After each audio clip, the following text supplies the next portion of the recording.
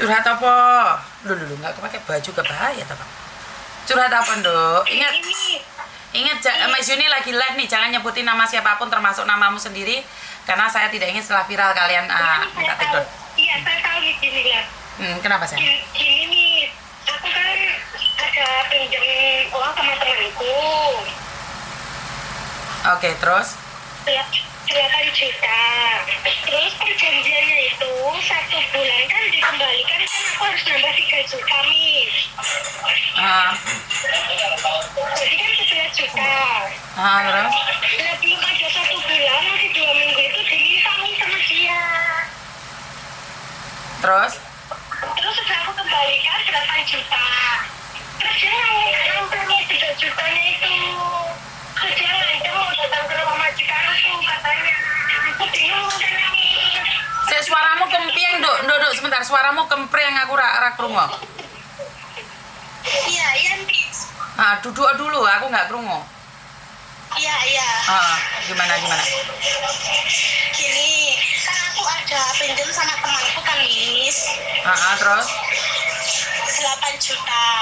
Terus? Perjanjian itu 1 bulan kan dikembalikan aku harus nambah 3 juta, Miss. Terus?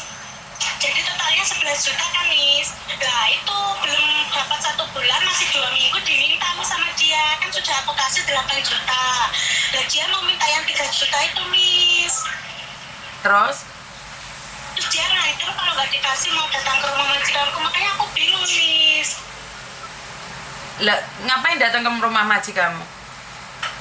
Iya, katanya mau minta itu, mau bilang ke majikanku kalau aku punya utang sama dia gitu. Kan aku udah kasih Miss yang 8 juta, perjanjiannya kan belum ada 1 bulan, Miss. Lah inilah yang saya herankan, kenapa teman-teman itu aneh-aneh sekali. Lah kenapa kamu pinjem temanmu, sayang? Itu kan temanmu berarti rentenir dong. Iya.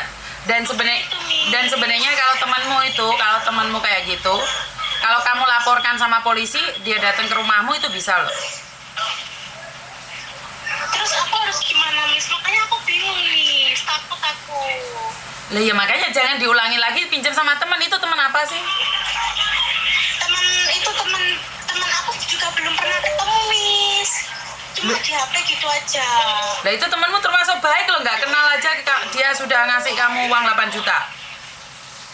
Iya, tapi dia minta yang 1 bulan itu kan perjanjiannya kan harus nambah 3 juta, belum ada 1 bulan itu kan ini diminta sama dia masih 2 minggu, Miss. Terus diminta, terus aku sudah balikin 8 juta. Lah yang rentenir kan itu yang saya maksud rentenir, Mbak. Rentenir itu nggak punya hati.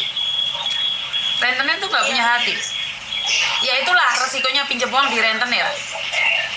Karena rentenir prinsipnya 1 hari itu sudah pinjam. Iya. Ngerti nggak? Itulah resikonya pinjam uang di rentenir. Gimana ya, Miss? Apa aku harus ngasih itu? Wah, nggak ngerti aku, Dok. Masalah rentenir ini saya nggak mau ikut campur. Karena saya takut dosanya. Kalau saya bilang kamu harus bayar, saya ngasih solusi, saya juga dosa. Kalau saya bilang nggak bayar, saya juga dosa, Dok. Karena itu uang rentenir, saya nggak mau. Nggak berani saya ngomong, Dok. Tapi saya berbicara tentang peraturan. Di Hong Kong meminjamkan uang dengan bunga yang sangat besar, apalagi bukan terdaftar, itu bisa dipenjara. Iya, Miss. Jadi kalau dia datang ke tempatmu, ya kamu bisa laporkan ke majikanmu bahwa ada orang, Dok, tempatmu ruame banget, Dok, aku nggak denger, Dok, sakit di telinga, Dok. Iya, Miss. Sakit di telingaku, Dok, kamu lagi di pasar soalnya. Iya, Miss. Kalau gitu nanti aku telepon lagi ya, Miss. Oke, bye-bye. Iya, makasih, Miss. Oke, saya nggak bisa ngasih solusi ya, karena di telinga sakit banget. Dan sekali lagi ya buat teman-teman, saya sangat heran sekali dengan apa yang terjadi. Sudah tahu itu rentenir, kamu masih uji nyali. Dan saya nggak bisa ngomong apa-apa ya, terserah kalian juga sih ya. Apa sih yang kalian cari dari semua itu? Rentenirnya sangar-sangar loh sekarang. Mereka nggak merasa takut dengan apapun. Ya, kenal kagak ngasih uang masih untung. Lah tapi hanya siapa yang akan melakukan itu? Kebutuhan, tapi jangan sampai kayak gitu loh. Saya heran deh.